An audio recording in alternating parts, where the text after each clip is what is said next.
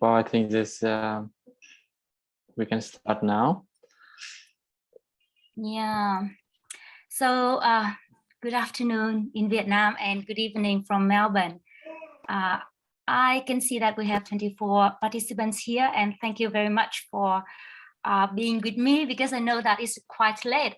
I think that everyone should be very tired and hungry at this stage of time.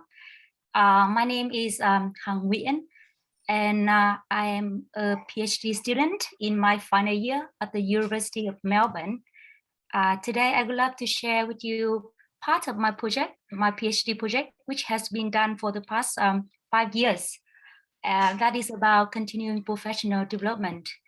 And the key term here is to reconceptualize continuing professional development for EFL lecturers in Vietnam. I think that I will spend 20 minutes on the topic, and the rest, I would love to hear your comments and questions. The purpose of my presentation today is firstly to identify the problems of CPD for EFL lecturers in Vietnam. Second, I would like to explore the key elements of a CPD framework for Vietnamese EFL lecturers that view CPD as a process of becoming. The term becoming will be the key term of my presentation as I will guide you through the presentation.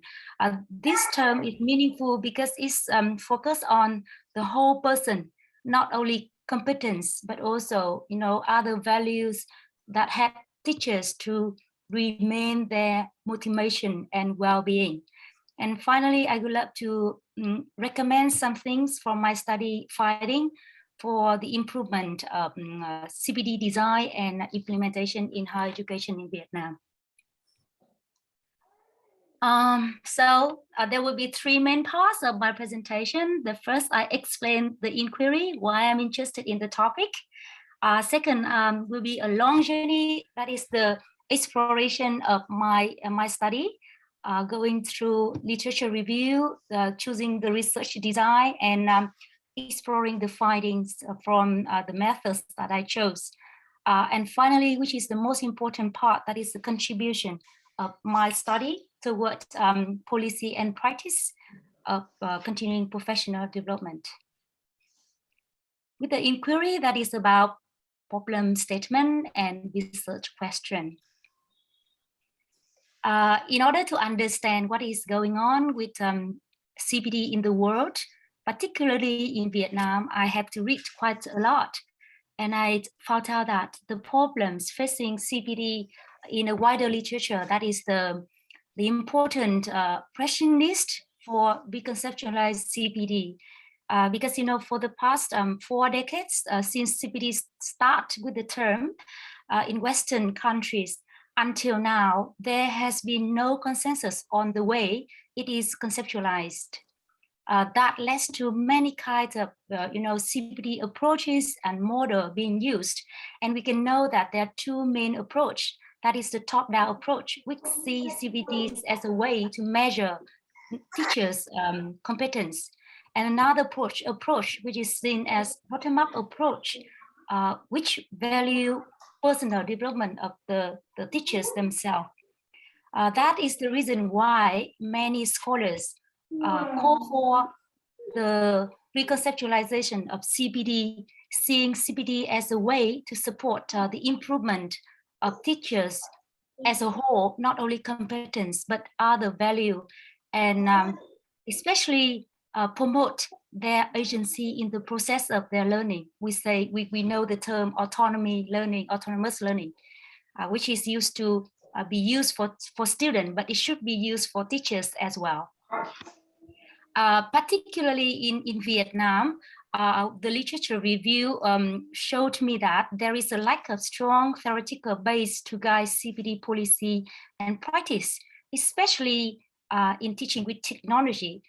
I don't need to say why it is important now for EFL lecturers in Vietnam, because we are doing a lot of our job now is to integrate with technology in our lessons, online learning, etc.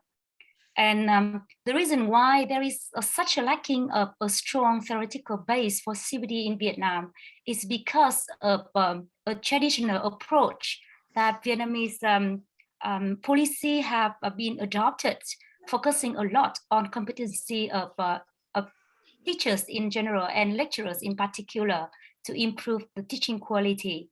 And it seems like there is a kind of lack attention placed to teachers' needs and their motivation through their professional learning. Mhm. Also, it's a limitation in implementation because we lack fundings, resources, particularly guidelines and support for EFL lecturers. Also, the research of CPD in Vietnam remain limited. And I see that there are some framework to promote CPD in general, but the framework which is grounded in with theories, strong theories to guide teaching with technology is still scarce in Vietnam, and actually I haven't found any research that that suggests you know, how to promote technology in for EFL teachers as a grounded theories. So I focus on two research questions. The first one, I tried to explore the key element of a CPD framework. The second, I would like to know if these elements are evident in Vietnam EFL lecturers' current teaching practice and their CPD, or are these their unmet needs? With the exploration, I just want to share with you that I go through two main concepts. The first is to understand teachers' professional identity, because CPD actually is to support the teachers or lecturers' professional identity development. And there are four key points, areas of teachers' professional identity, that they are teachers' competence, teachers' agency, motivation, and well-being. This means these areas should be attended in CPD. And of course, CPD should be the term that I have to invest a lot of time to see what is going on, to situate my study in the wider literature. And I try to understand the history as well as definition of CPD, what kinds of metaphors, what kinds of learning theories that underpinning CPD in the past in order to find out a relevant conceptualization for CPD in Vietnam. I would love to quickly show you the four key metaphors that is used to refer to CPD. And with these four metaphors, you can know that you can see the development of CPD.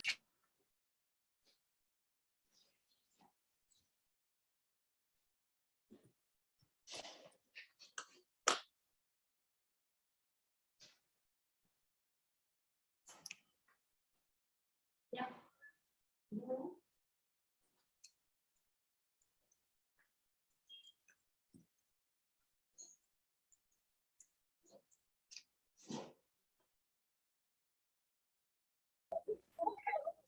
Harry, can you please unmute yourself? Sorry, I don't know what happened. I don't know whether you missed some point, but I would like to say that the first metaphor is just like treating knowledge as something fixed, and it is used to be in the past that a lot of model use that kind of understanding about CPD to train teachers away from their own setting. The second metaphor is participation based on the situated learning and community of practice theory. They value learners with their learning through participation in a community of practice, and they press the importance of social cultural setting in the process of learning. And this is a very meaningful metaphor. But you know, throughout history, another metaphor just that is used, that is construction. Construction stress the inside development of the teachers, like construct and reconstruct through reflective practice. And you know, with the development of culture, the social cultural activity theories that have been used a lot in higher education, they see this kind of learning occurred within the influence of both internal and external factor of the teacher. Becoming is the last metaphor, but it embodies both of the participation and construction metaphor. It values individual learning and the learning that is influenced both from the cultural where the teachers work and live and learn. And it also see, you know, learning as an ongoing progress, an ongoing change. And it is, this progress is a kind of relational. It means it is connected not only to the teacher themselves, but to others, college, to their student. So this metaphor will be used for my study, and I chose becoming as the way we understand continuing professional development for teachers and lecturers. Now, with the theory for my exploration, I don't know whether you know about self-determination theory, but this theory is actually a motivation theory. It was developed in 1985, but in 2000, the minor theory, that is the basic psychological needs, was developed, and they stressed that in order for teachers to feel their learning meaningful, to feel motivated, and to feel that they have well-being in the process, their three psychological needs should be satisfied. They are competence, autonomy, and relatedness. And if you can see, I explain what it means by competence. Easy, right? It is a competency, confident, and effectiveness. For autonomy, the term seems to be misunderstood by many scholars, because they thought autonomy is the term used in Western culture rather than collective culture like Vietnam, because they thought that autonomy means the process of deciding only by the individual themselves. But self-determination theory actually stressed that in collective culture, autonomy means the ability of an individual to choose or to decide things they would love to do, but with the support from other important people around them. For example, when we think about us as lecturers, we think about the support from our leaders, from the higher education system, from the student and college. So we can decide what to do, but we also decide based on the support of others, not like only us. And with relatedness, it is, the term is very, how to say, familiar to Vietnamese culture, because it is actually the desire of feeling connected, belonging, be cared for, care for others, as well as be valued. And the second theory that I use for my exploration, that is the technological pedagogical content knowledge framework, TPAC. I think with the conference today, we see a lot of presentation talking about TPAC, especially after the COVID-19 happened. Many people start to see what is going on with teaching.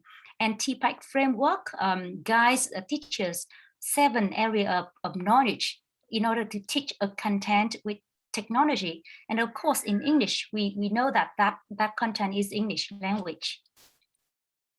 And as you can see here, I don't have time to explain it very deeply, but you can see here, this actually explain 3 main elements, that is content, pedagogy, technology, and then we see the interaction between each 2 elements. We have a pedagogical content knowledge, technological content knowledge, technological, pedagogical content knowledge, and then in the middle, you see that is the core knowledge. If teachers have that core knowledge called TPAC, it means they can teach effectively that kind of subject. And context is seen as an overarching, key element to influence on the way teachers use technology in their classroom. I hope that if you are interested, you can read clearly about what each term, each area of knowledge is defined. So I use that two theories, self-determination theory and TPAC, to combine together and build a conceptual framework for becoming an EFL lecturer in Vietnam. The three elements is posited in self-determination theory, especially in competence. TPAC is used to unpack what it means by competence that is needed for lecturer in Vietnam to teach with technology. Now, the reason I chose exploratory sequential mixed method design is like I would love to see what is going on from the view of expert before I use that kind of viewpoint to examine with wider literature and EFL lecturers in Vietnam. So my research was constructed with the literature review to build the conceptual framework as I have presented to you, and then I conducted a focus group with 9 Vietnamese EFL experts currently working and studying in Melbourne to see what they perceive about key element of competence of continuing professional development in Vietnam, and what they thought about the conceptual framework. And after that, based on those findings, I developed a survey. And that survey, because you see that I use TPAC and self-determination theory, I also, based on the instrument of these two theories together with the finding specified in Vietnamese context collected from the focus with EFL lecturers and experts in Vietnam. And then I use that survey to collect the voices from Vietnamese lecturer across the country. And thankful for VietTESO 2018, that was the first place that I distribute my survey. And I don't know whether any of you here participated in my survey or not, but I would love to express my thanks. If by accident, there are some person already helped me to collect data. And after the survey, I got 434 respondents, which was considered as valid, and that helped me to explore the data. And I think the data was very exciting. Well, because it is a big kind of a big project, so a lot of data was obtained, and many interesting findings was explored. I just want to make it very briefly about some of the key findings to answer question 1 about the key element of CPD for EFL lecturers in Vietnam. From the expert, they share that competence, especially teaching with technology, was the most critical element. And they view autonomy is an element which is also important, but less important than competence. And in Vietnamese context, they see autonomy as the freedom to make decisions and to set own goals. They also think that in order to exercise autonomy, teachers should have the support from the leaders, and they must have competence in order to make good decisions. They perceive that autonomy is lacking in their CPD because CPD remains a top-down approach decided by the leader rather than the coming from the lecturer's needs and choices. Relatedness, which is perceived as the feeling of connectedness with important others, being respected and a sense of belonging to the institution and a community type of practice, which help people feel less stressed, more engaged in their work. But there is a sense of split belonging emerged from the focus group finding, because teachers, lecturers have to work for other industry or other business to earn more income due to the low salary, and that kind of work impact their belonging to their own institution. They also share that relationship with their student and college leaders and other industry actually become an important factor to pursue their CPD. And interestingly, context was also, considered as a very important element of the framework, referring to the national culture, the policy from the Ministry of Education and Training, as well as the leadership in each institution. So that is the point from the expert review. When I collect data from 434 lecturers across Vietnam, they share a lot of interesting insights regarding their current teaching practice. Well, they say that they feel positive about their competence in CK, PK, PCK, and some aspect of TK and TPAC, but they are not very confident with their TCK. And, that make me feel like they need to have kind of CPD to support them in the areas that they still feel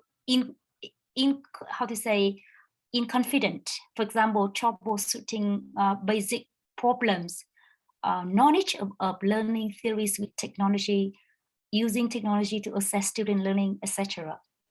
And there are some finding to mention that the limitation of facilities and student ability, as well as CPD opportunity, actually hinder their competence in teaching with technology. For autonomy, well, the way they perceive autonomy in different aspects of their teaching, like teachers feel that they have the choice in choosing teaching tasks, lesson plan, but less in other aspects, such as curriculum, testing, and evaluation. They also perceive, less institution support, and they feel that their needs haven't been taken into consideration by their leaders. A factor that affect their autonomy were workload, top-down policy, and the lack of support. The sense of relatedness to the people around them was perceived strongly by the majority of EFL lecturers. However, there's still a third of EFL lecturers report a kind of like they don't feel belong, or they have no idea whether they feel that kind of strong belonging to their institution. As I shared before, it is similar to the expert review opinion. And they also share that, like the lack of trust and support among college, as well as negative learning attitude from students, can make them feel less engaged with their work. Other findings also show about the impact of lecturers' individual characteristic on their feeling of competence, autonomy, and relatedness in their teaching practice. About their CPD, well, I think you may agree with this finding. Competence was the major reason for EFL lecturers to participate in both compulsory and self-chosen CPD activities. Interestingly, self-chosen CPD activity help EFL lecturers to achieve their professional goals for competence, autonomy, and relatedness, as well as motivation and well-being more than compulsory CPD, which is the top-down CPD. In terms of CPD needs, the majority of EFL lecturers expressed their needs for competence, followed by the needs for autonomy and relatedness. And interestingly, related to autonomy, people could love to have freedom in their CPD and support to make decisions, but they don't. But not many could love to have a say in the planning and the type of CPD that they join. So it seems like I don't know, but I feel like people want to make decisions, but they don't want to involve much in the planning of the CPD activities. That is some point to share with you.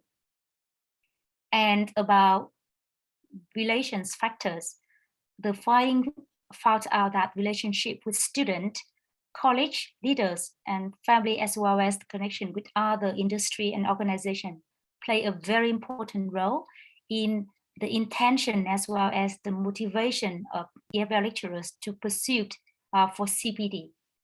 And other factors also influence the CPD needs for three areas of competence, autonomy, and relatedness. But I just want to briefly pass this part because I feel like I will not have a lot of time to share with you about this.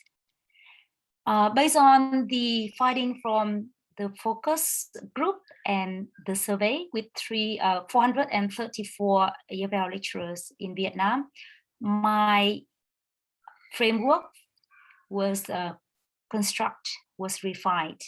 And as you can see here, you can see three elements occurred here with competence as the core, as the most important thing of the T-shape. And autonomy and relatedness are both important, but less important than competence. And if you see the arrow, actually from my data analysis, there is a strong correlation, relationship between teachers perceive autonomy and relatedness. When they feel more autonomy, they also feel more relatedness.